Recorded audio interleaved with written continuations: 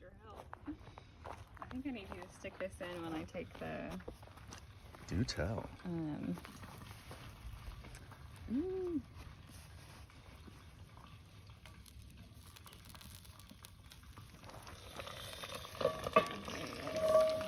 Oh, so you touch the chicken?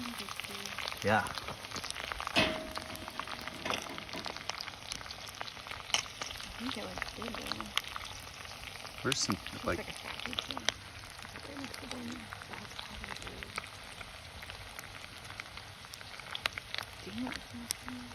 it's actually not quite to the poultry temp. It's like a hair below the poultry temp. Wait, there it is. Now we're good.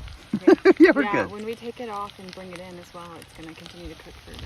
Yeah. Oh, that looks beautiful. Okay, now let's take it off. I saw Arnie playing over here, and he's pretty unaware of us, generally. I don't think he can hear very well. Let's go see how he's doing. Hey, buddy. Hey, buddy. How's life been going? I haven't seen you since before the cold weather. You look no worse for the wear. Yeah, hi. Hi, buddy. Come here. Are you actually coming to me? Is my Disney princess dream coming true right now? Come here. Come here. Or are you gonna try to bite me and give me rabies?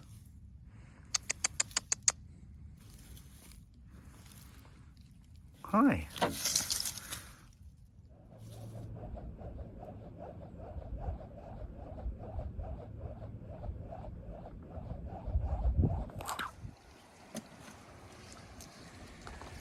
This is the old subterranean spring where our ancestors stored all their milk and butter, keep it cold, and also, you can see Chris, that water is crystal clear and drinkable. Delicious. And it's probably been about 25 years since I drank out of it.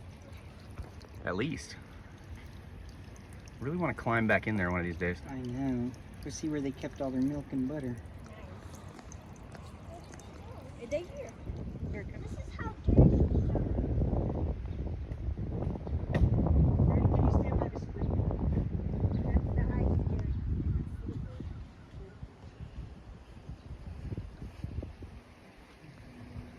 Can we touch it? Oh, I would like to go swimming here in summer. Yeah, it stays nice and cool. Yay.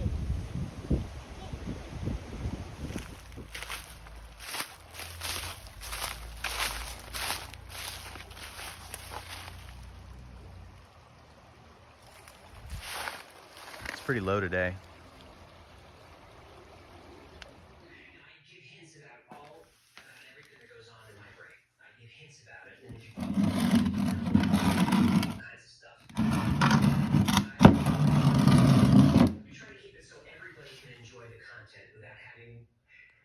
Me kind of beat my opinion into them, and I watch hold on, I got these.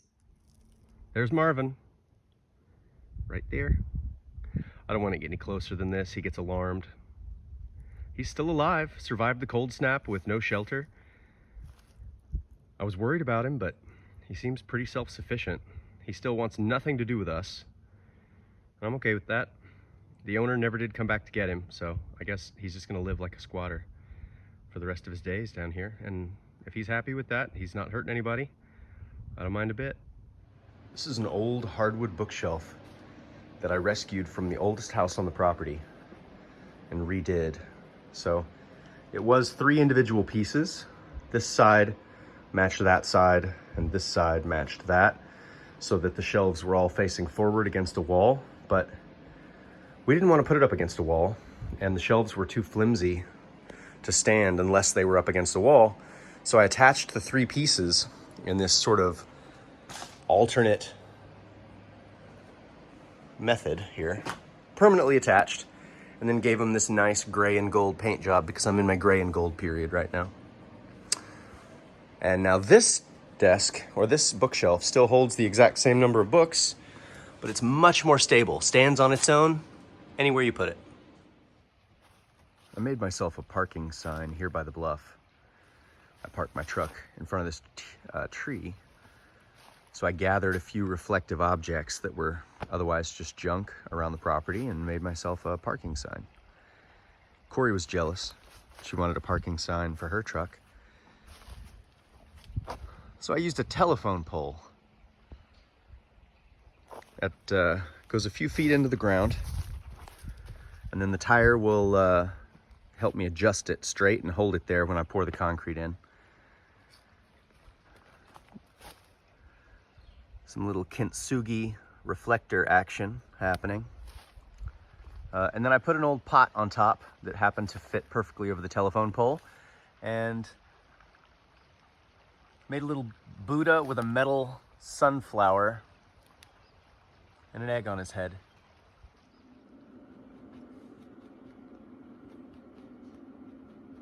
Get it, girl.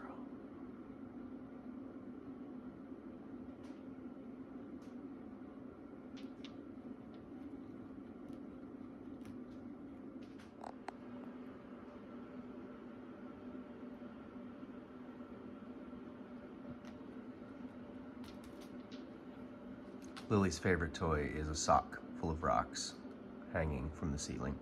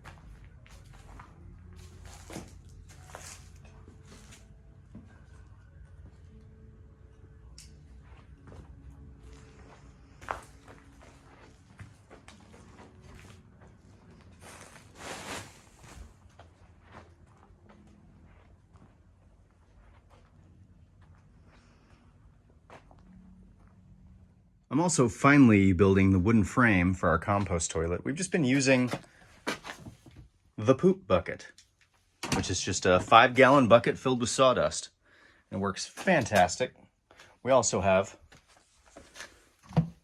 the pee bucket. You know, if you feel like keeping them separate.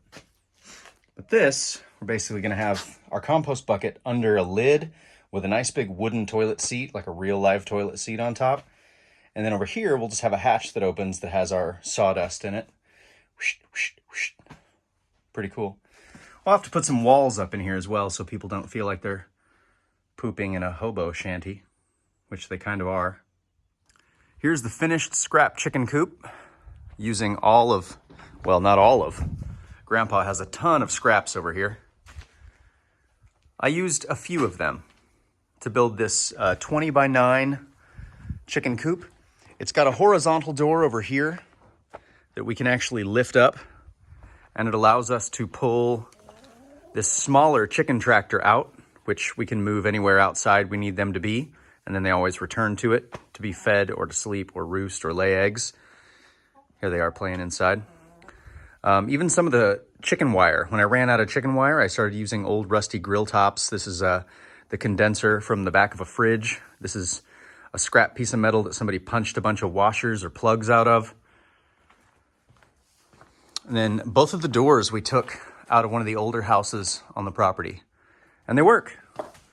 So it's got that latch, but the knobs still work. Yes.